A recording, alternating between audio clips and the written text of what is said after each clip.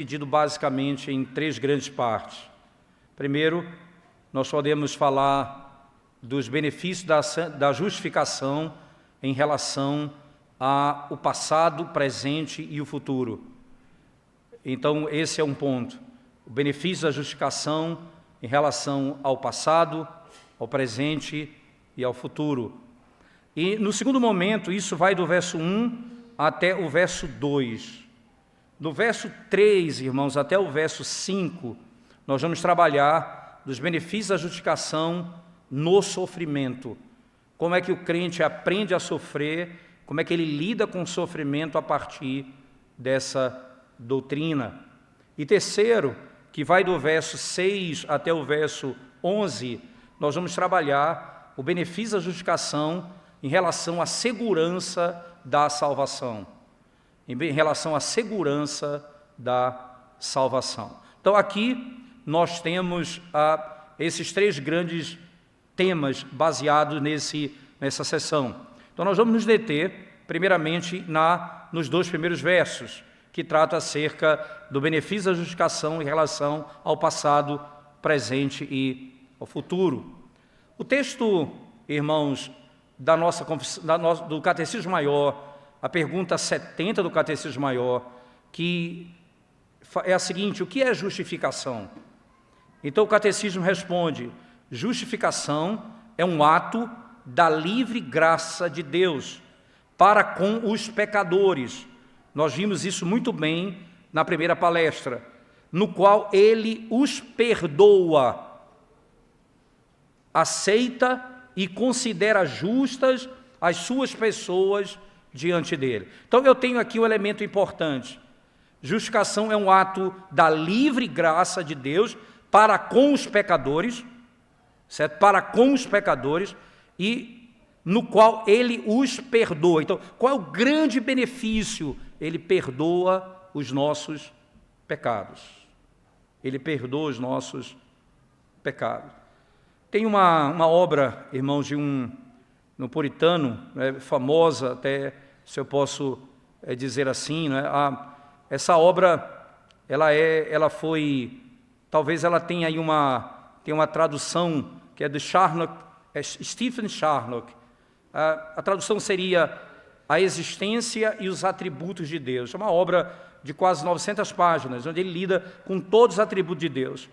E nessa obra, Stephen Charnock, ele, analisando o Salmo de número 103, lidando com o tema Deus é todo-poderoso, esse é o tema do atributo de Deus, Deus como aquele que é todo-poderoso, ele diz o seguinte no comentário desse Salmo: todas as bênçãos, diz ele, todas as verdadeiras bênçãos procedem do perdão do pecado.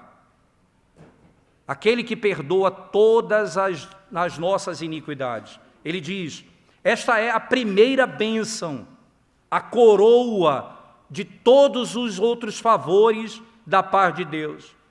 O intento principal de Cristo, diz ele, foi a expiação do pecado, a redenção da iniquidade, a aquisição de outras bênçãos eram consequência dessa primeira.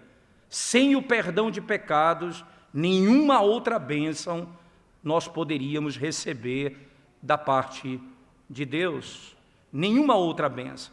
Ele ainda continua dizendo: o perdão do pecado virtualmente representa todas as outras bênçãos.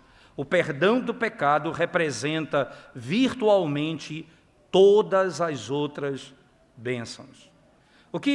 Por que é tão interessante? Porque quando você olha para o texto de Romanos, o texto começa dizendo: justificados, pois, mediante a fé. E aí ele passa a descrever os benefícios que temos como fruto da justificação, isto é, do perdão dos nossos pecados.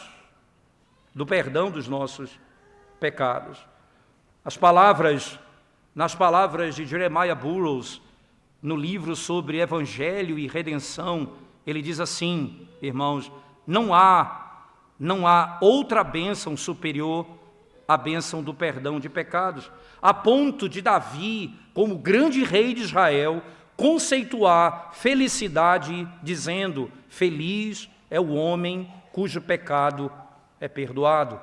Ele em nenhum momento descreve a bênção ou a mesma felicidade como sendo algo além disso, porque antes disso nada eu possuo e depois disso tudo eu possuo.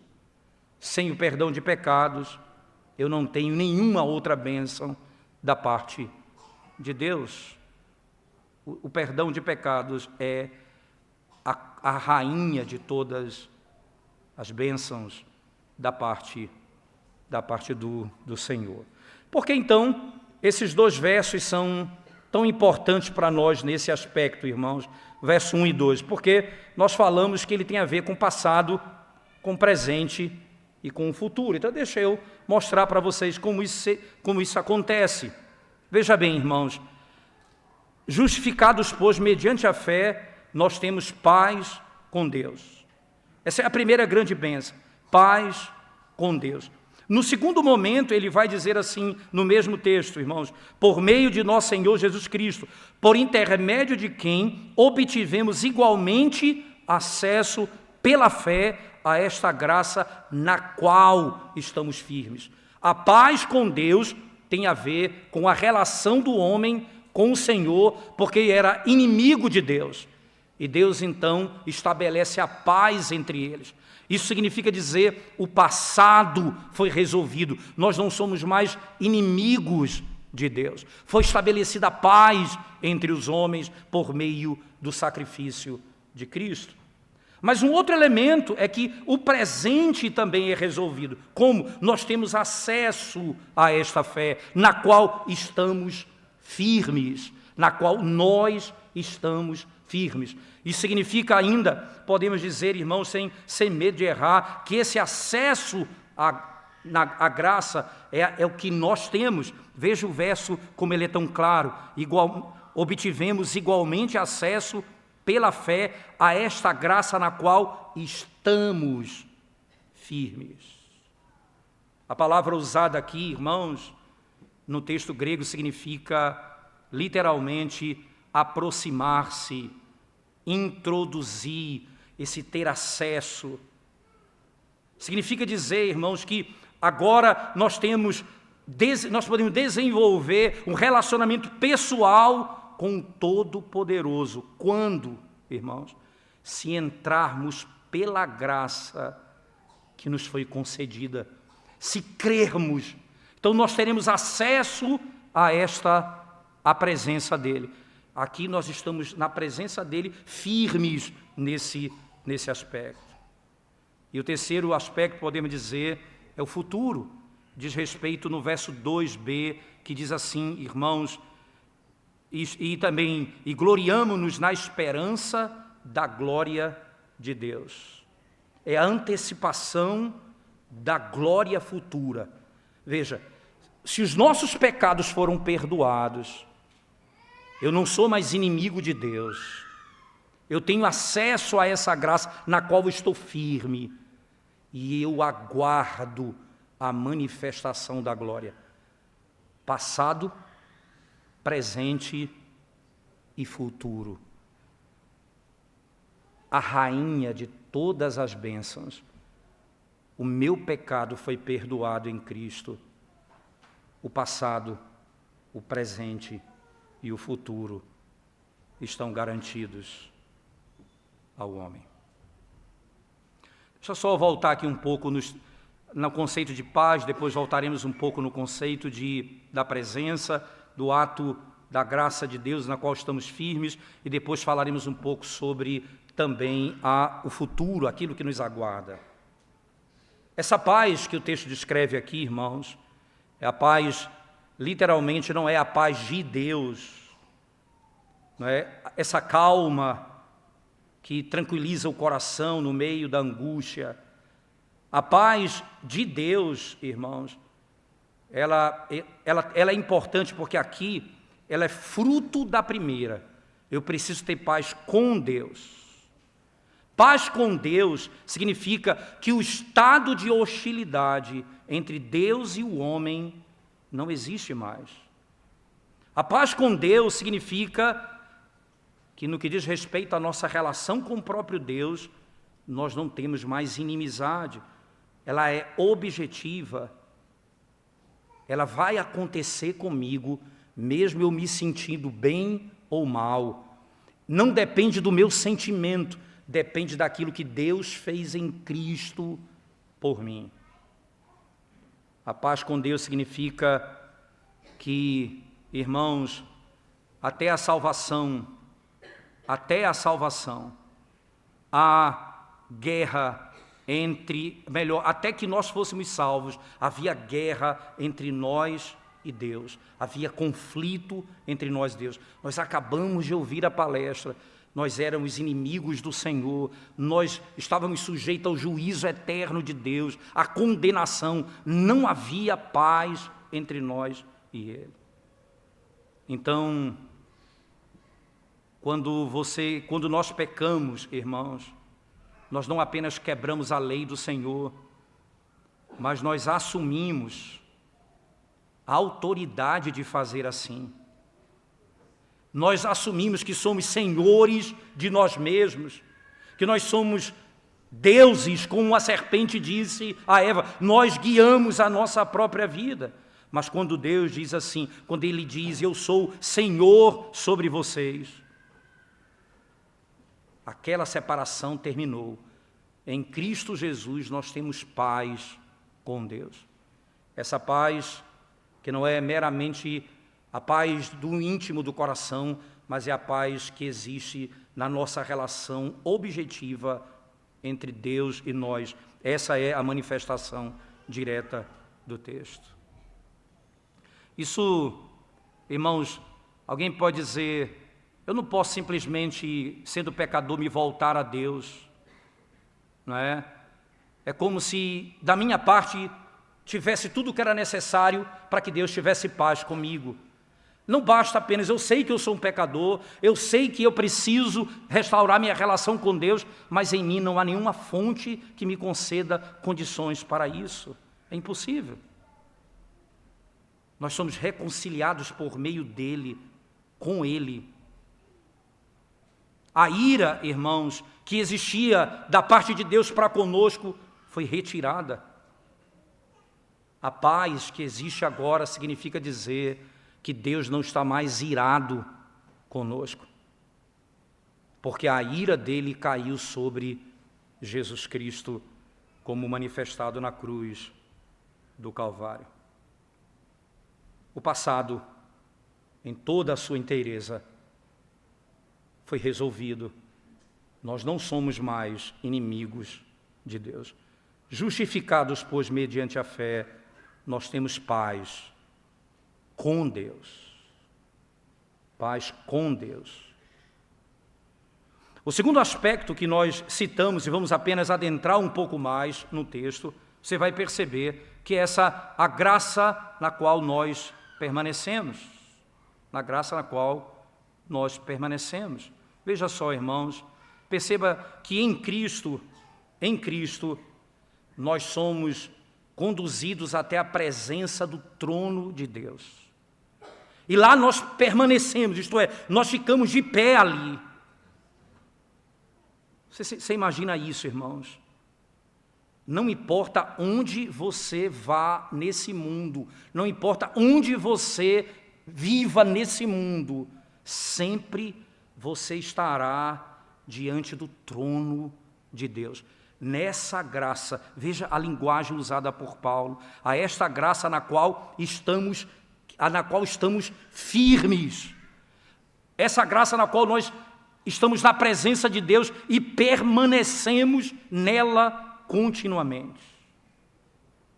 Para onde você for no mundo, sempre estaremos diante do trono de Deus. Isso vai além da paz com Deus, que é a primeira verdade que aprendemos, irmãos. A primeira é o fim da hostilidade. Justificação não é meramente a remoção de uma hostilidade negativa, mas tem um aspecto positivo, relacional, amizade com Deus, comunhão com Deus.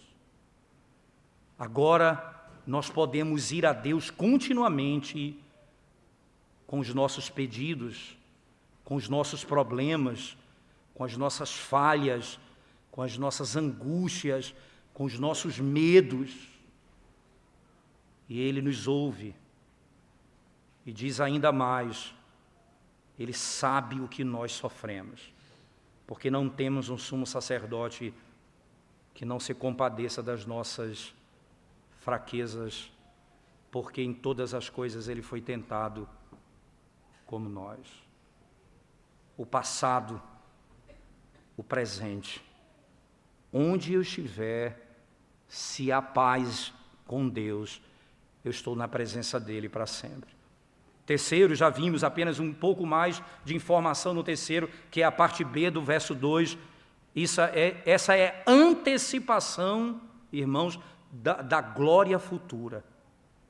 A palavra esperança, irmãos, a palavra esperança, não é, na língua grega, significa convicção.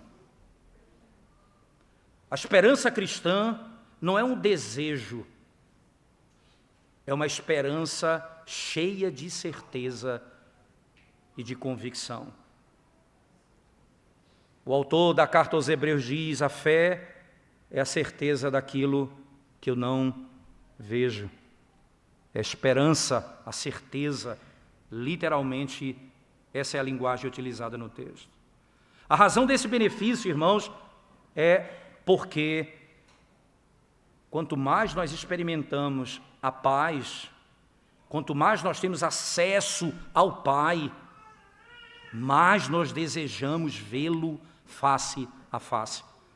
Quanto mais, uma vez que a hostilidade foi tirada, uma vez que eu continuo na presença dEle, mais aumenta o meu desejo de estar com Ele para sempre. Porque o meu pecado foi perdoado, eu tenho paz, eu permaneço na presença de Deus, eu aguardo a glória futura. A glória futura. Quanto mais nós temos essa experiência, mais desejo nós temos de estar na presença de Deus. Por si mesmo, irmãos, pela própria natureza e pelos próprios conceitos, a palavra céus, ela pode ser uma palavra abstrata, uma ideia abstrata. Mas se você chega, preste atenção nisso, irmãos, se você tem acesso a Deus, se você entra na presença de Deus, é como se você recebesse algumas gotas da sua presença sobre a sua língua, e você diz: Senhor, eu desejo beber da fonte por toda a eternidade.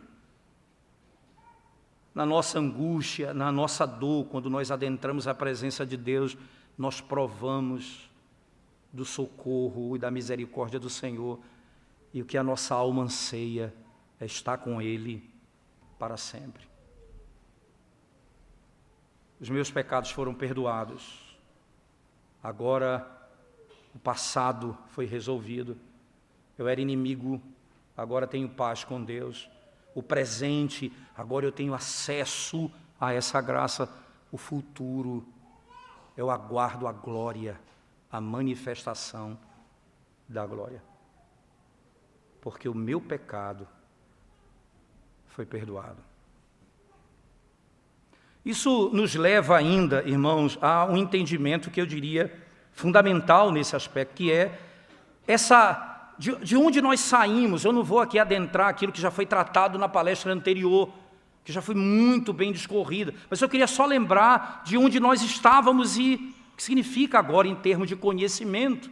Preste atenção, irmãos, nós estávamos literalmente na ignorância. A Bíblia descreve, quando Paulo fala aos Efésios e aos Romanos, que nós andamos nas trevas do nosso próprio entendimento, obscurecido de entendimento. Nós éramos ignorantes e nós não tínhamos conhecimento de Deus. Mas de repente, quando o nosso pecado foi perdoado, nós adentramos ao seio do Pai, nós adentramos a presença de Deus. Você sabe o que é isso, irmãos? Lá é onde tem todo o conhecimento de Deus. Se você lembrar das palavras do Evangelho de João, no capítulo 1, verso 18, você vai lembrar que é exatamente assim. João diz assim: ninguém jamais viu a Deus, o Deus unigênito que está no seio do Pai é quem o revelou. Aquele que está na presença do Pai é quem revelou o Pai. Jesus Cristo é quem o fez. Agora, por meio de Cristo, veja, justificado, pois, mediante a fé, nós temos paz com Deus. Agora, nós temos acesso à presença dEle. Significa dizer que por meio de Cristo, eu adentrei, irmãos, ao conhecimento daquilo que é mais glorioso nessa terra. E que homem nenhum pode descrever. Homem nenhum pode descrever. Eu queria que você pensasse comigo um pouco sobre esse elemento, porque aqui repousa a glória dessa verdade, pecado perdoado, profundo conhecimento. Abra sua Bíblia comigo, por favor, irmãos, no Evangelho de João, capítulo 1, verso 12 e 13, por favor.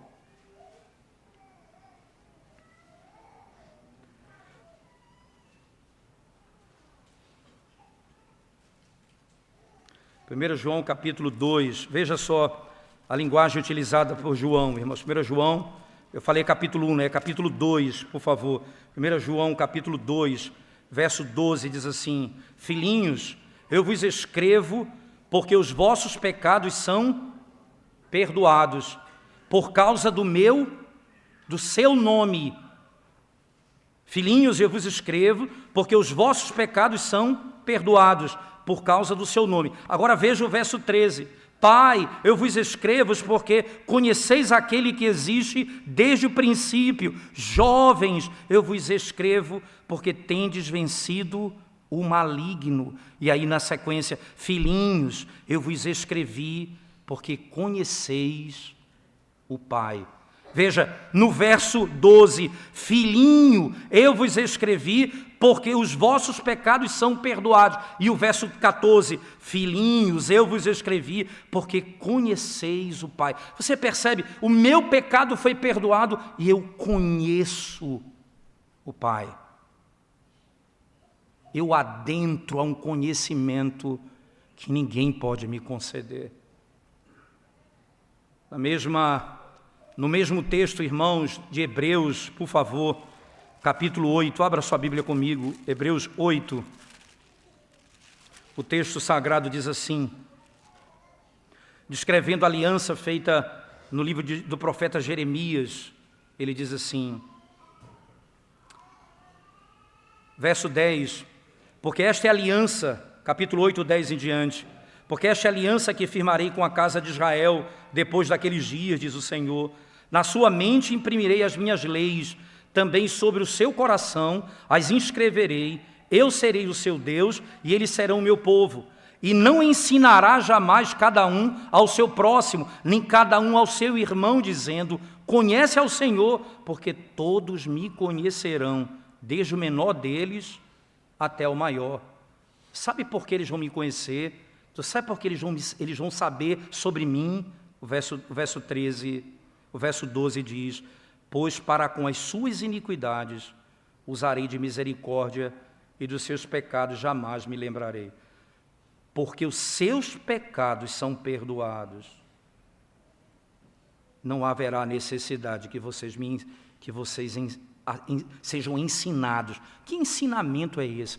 Ele não está dizendo que não há necessidade, irmãos, de mestres, de pastores na igreja. O que ele está dizendo é que por causa que o seu pecado foi perdoado, eu tenho um conhecimento que o mundo não conhece. e que ninguém, nenhum mestre pode me ensinar. Como diz lá em João, os teus pecados foram perdoados. Filhinhos, vocês conhecem o Pai. O conhecimento como fruto do perdão de pecado. Ora, irmãos, veja a glória dessa verdade. Esses homens que estavam perdidos, condenados, e agora simplesmente eles adentram ao mais glorioso conhecimento, a presença de Deus. E eles conhecem a Deus por meio de Cristo, os seus olhos são abertos, eles esperam nele, eles amam a palavra e a sua lei, porque os seus pecados foram perdoados.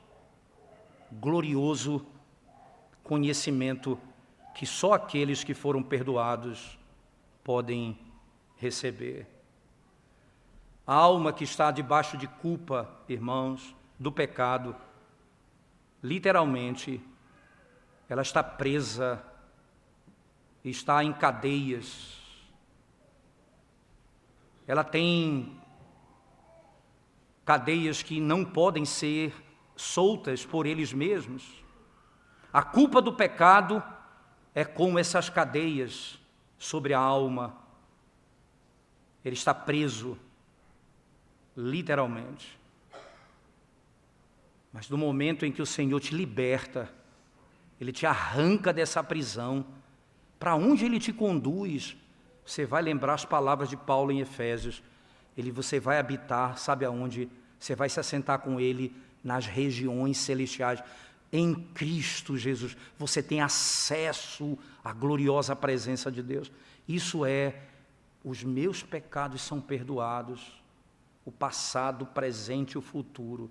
Eu tenho acesso à presença de Deus. Eu conheço ao Pai. Eu sei quem Ele é. Um conhecimento que o mundo e ninguém pode me conceder, senão o perdão dos meus pecados por meio de Jesus Cristo. Mas nenhum outro. A segunda parte do texto, irmãos, então, de Romanos 5, nos leva agora a perceber como que o sofrimento pode ser suportado por causa da doutrina da justificação pela fé. Então, o apóstolo Paulo vai assim dizer no verso 3 ao verso 5. E não somente isto, mas também nos gloriamos nas próprias tribulações, sabendo que a tribulação produz perseverança, e a perseverança, experiência, e a experiência, esperança. Você percebe que agora, irmãos, o que é que o sofrimento ele é na realidade? Com a entrada do pecado no mundo veio a morte. O que é a dor e o que é o sofrimento? É o início da execução da morte. Então, quando você sofre sem Cristo, você está recebendo o juízo de Deus por causa do seu pecado. Mas uma vez que o teu pecado foi perdoado, quando você sofre em Cristo, já a maldição do pecado foi tirada. Você não sofre mais como quem está debaixo de juízo. Foi tirada a maldição do sofrimento. Já não há mais malignidade no sofrimento para aqueles que estão em Cristo Jesus. O sofrimento agora, ele passa a ser um grande instrutor e instrumento nas mãos de Deus para termos verdadeira esperança. O que é que a tribulação vai produzir, irmãos? Você imagina alguém sofrer fora do Evangelho? Porque fora do Evangelho você não tem os seus pecados perdoados, Deus é hostil com você está debaixo do juízo de Deus, você não tem acesso à graça, você não espera pela glória. O sofrimento que vem sobre nós nos leva à esperança. Sabe por quê? Porque no fim nós estamos aprendendo que nós vamos habitar com Ele para sempre. Estar na presença de Deus é desejar a glória de Deus. Sofrer com Deus é desejar a glória de Deus. Já não há mais motivo para maldição. E o que exatamente a tribulação vai produzir? Veja comigo de novo. Nos gloriamos nas próprias tribulações, sabendo que a tribulação produz perseverança. Calvino vai chamar, produz paciência. Produz paciência. A tribulação produz paciência. Você sabe o que acontece com a nossa fé, irmãos? A nossa fé, ela é perfeita porque ela é colocada em Cristo. Mas a nossa fé, ela é impaciente. Nós queremos que as coisas aconteçam agora. Nós queremos que as coisas se resolvam para ontem. E o Senhor, na tribulação, nos ensina a ter paciência e aguardar nele.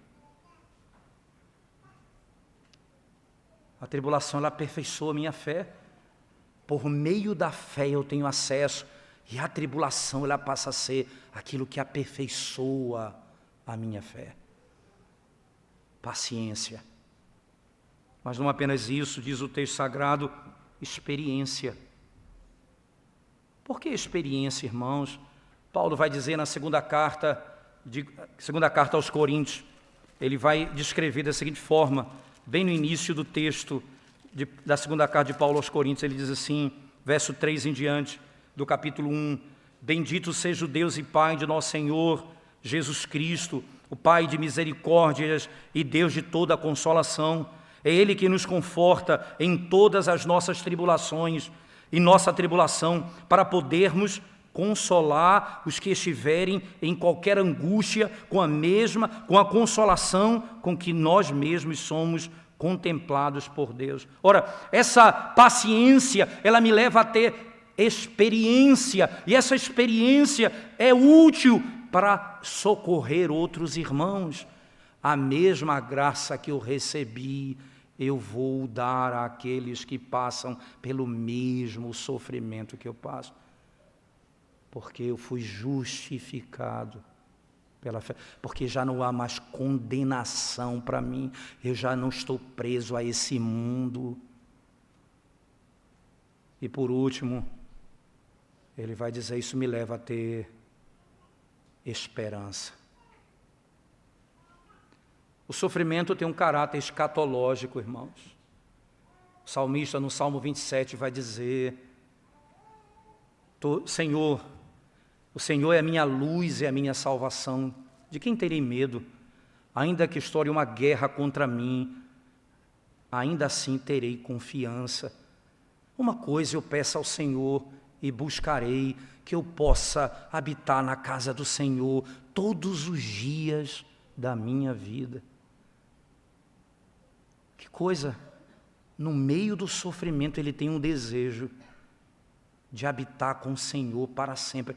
Irmãos, porque já não há mais impedimento, o nosso coração caminha para o mesmo lugar, a glória da presença de Deus, na qual nós estamos e temos acesso, porque os nossos pecados foram perdoados.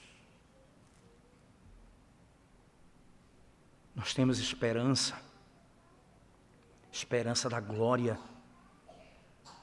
Thomas Boston diz, na sua sabedoria, Deus conduziu Israel do Egito a Canaã, não por oásis, mas pelo deserto, para lhes ensinar que aquela não era a sua cidade, o que estava depois do rio, depois do Jordão. Canaã era para onde eles iam. O Senhor nos faz passar por sofrimento, porque agora nós estamos na presença dEle e nós desejamos beber de toda a graça de Deus e da sua presença para sempre. Eu quero, Senhor, a tua presença. Nada mais do que isso. A diferença, e a gloriosa diferença, está no verso 5, que diz: a esperança não confunde, porque o amor de Deus é derramado em nosso coração pelo Espírito Santo que nos foi outorgado. Veja, o amor de Deus é derramado em nosso coração. Como é que é isso, irmãos? Como é que é derramado? Essa figura, ela está ligada literalmente ao que aconteceu em Pentecostes. Quando lá, no capítulo 2, verso 32 em diante, ele diz que o que vocês estão vendo aqui foi a promessa que Deus fez a Jesus Cristo, de que Ele derramaria o Espírito sobre a igreja. Como? Porque Ele precisava ir, diz lá de João, é necessário que eu vá para que o Espírito venha. Porque quando Ele chega lá, irmãos, toda a obra foi completada, Ele está sentado à direita e o Espírito derrama sobre nós a obra completa de Cristo, a sua morte, a sua ressurreição é derramada sobre nós. A nossa esperança está no fato de Cristo ter vencido o mundo. As palavras de Cristo foram essas aos discípulos, quando antes da sua morte ele disse: essas coisas eu vos digo para que vocês tenham paz. No mundo tereis aflições, mas tende bom ânimo, porque eu venci o mundo.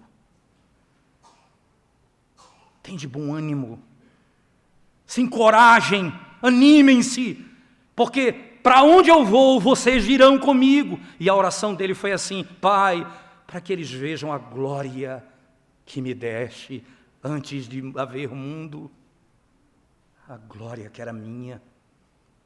Pai, para que eles estejam aonde eu estou, até mesmo no dia da morte de um crente, você pode dizer: Jesus ouviu a oração de o pai ouviu a oração do filho, que disse: onde eu estou, que eles estejam comigo também.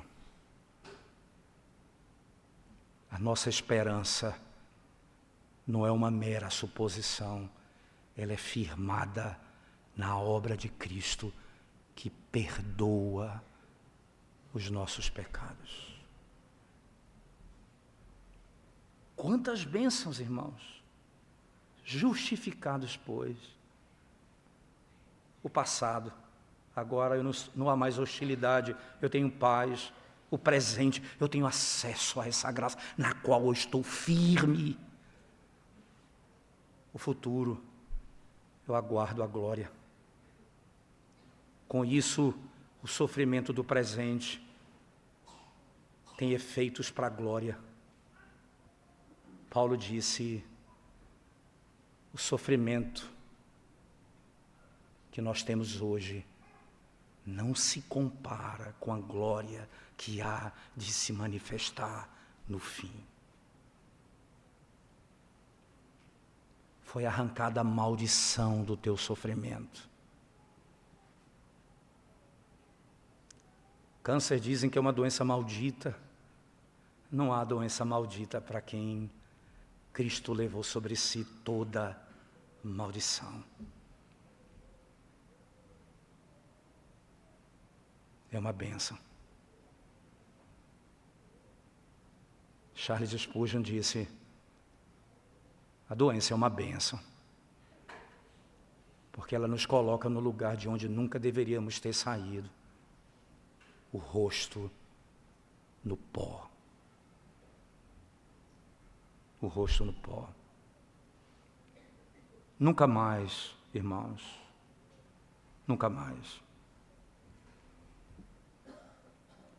Pastor Kenneth Wisk, pastor querido da Igreja Reformada, que teve câncer metastático, graças a Deus está bem, tem estado bem. Ele escreveu um texto belíssimo intitulado Eu beijo a onda que me lança sobre a rocha. Isto é, a onda que vai me destruir, vai me jogar sobre a rocha. a onda que vai me matar, sabe o que é pior que ela vai fazer para mim? Ela vai me lançar aos pés do meu Salvador. Você sabe o que é que a morte pode fazer contra aquele que teve seu pecado perdoado? Ela vai te lançar aos pés do teu Salvador, e quando você abrir os olhos, nunca mais, você vai ter a mínima inclinação para pecar contra Ele. É tudo o que eu ansiava, Senhor. É tudo. Mas nós pensamos ainda, irmãos, num outro glorioso benefício da justificação, em Romanos 5. Porque nós passamos por muitas incertezas na nossa caminhada. E nós às vezes pensamos, Senhor, como eu posso ser um verdadeiro crente e lutar contra esse pecado? Porque posso passar por essas fraquezas, Senhor? Como posso pensar isso, Senhor? Senhor, como eu tenho falhado na minha vida de piedade e de oração? E às vezes, tantas vezes, eu me sinto como alguém que não foi salvo. Então o apóstolo Paulo vem, diz assim: eu vou pegar vocês pelas mãos e vou levar você por aquilo que ele fez por você. E ele começa o verso 6 dizendo assim: porque Cristo, quando nós ainda éramos fracos, morreu a seu tempo pelos ímpios. Veja esses marcadores temporais aqui, irmãos. Porque Cristo, quando nós ainda éramos fracos, morreu a seu tempo pelos ímpios. Dificilmente alguém morreria por um justo, pois poderá ser que pelo bom alguém se anime a morrer. Mas Deus prova o seu próprio amor para conosco pelo fato de ter Cristo morrido por nós, sendo nós ainda pecadores. Você sabe quando foi que ele veio a mim? Quando eu não tinha força, eu era fraco. Você sabe quando ele veio a mim? Quando eu era um ímpio, quando eu fazia o que era mal, como foi lido em Efésios 2, eu fazia a vontade da carne e dos pensamentos, e por natureza eu era filho da ira. Eu estava debaixo do juízo de Deus. E ele veio a mim quando eu era fraco, quando eu era um ímpio. Verso 10, irmãos, quando eu era um pecador aqui, entenda, quando o meu pecado que me condenava estava aqui, e as palavras são claras, mas Deus prova o seu próprio amor para conosco, pelo fato de ter Cristo morrido por nós, sendo nós ainda pecadores.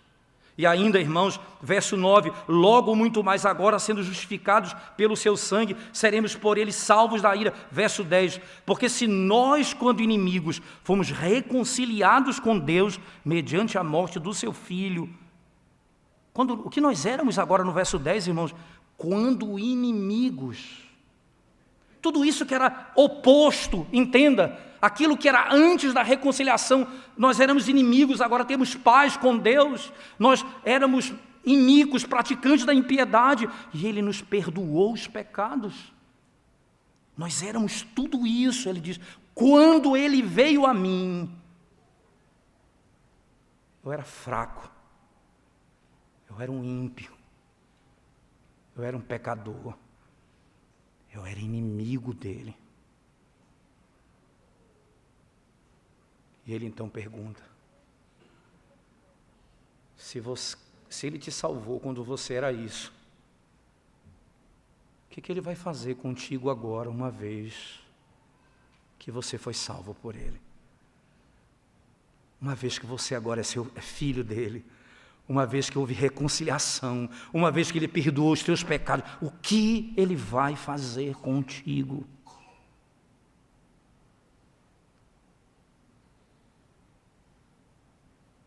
A maneira como ele me alcançou enche a minha alma de segurança.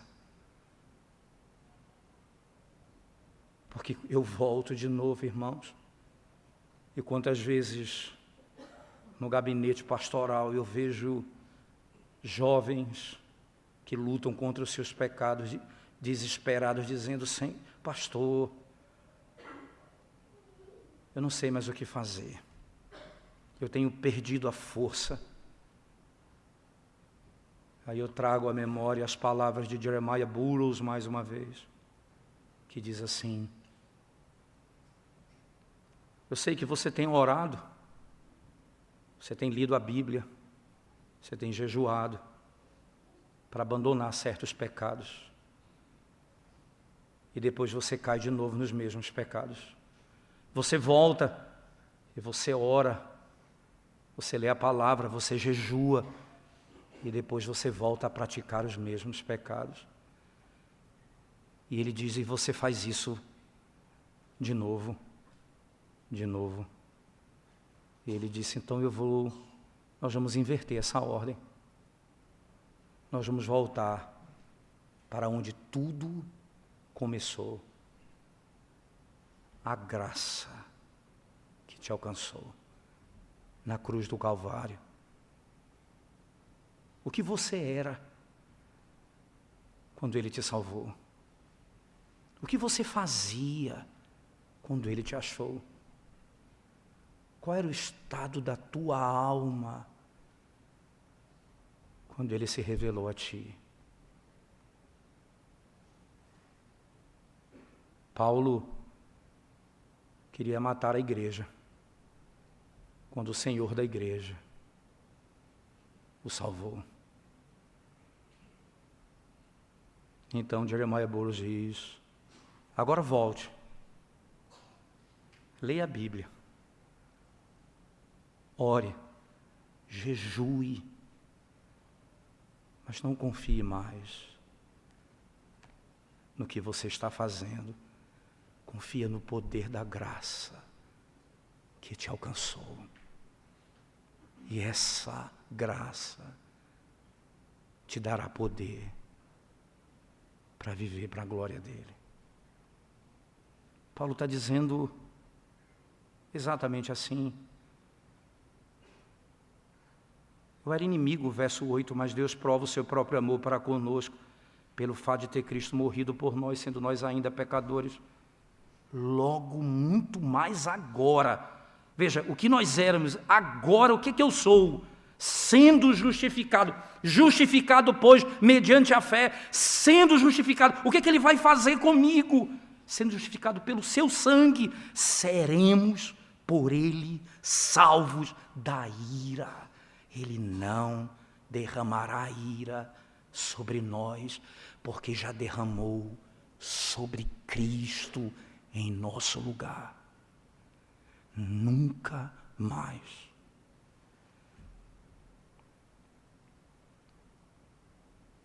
Agora que eu sou justificado, Ele vai me lançar no inferno. Agora que Ele me alcançou, Ele vai me lançar no inferno. Não! Anima o teu coração, confia na graça de Deus, espera na misericórdia dEle. O apóstolo Paulo então encerra dizendo,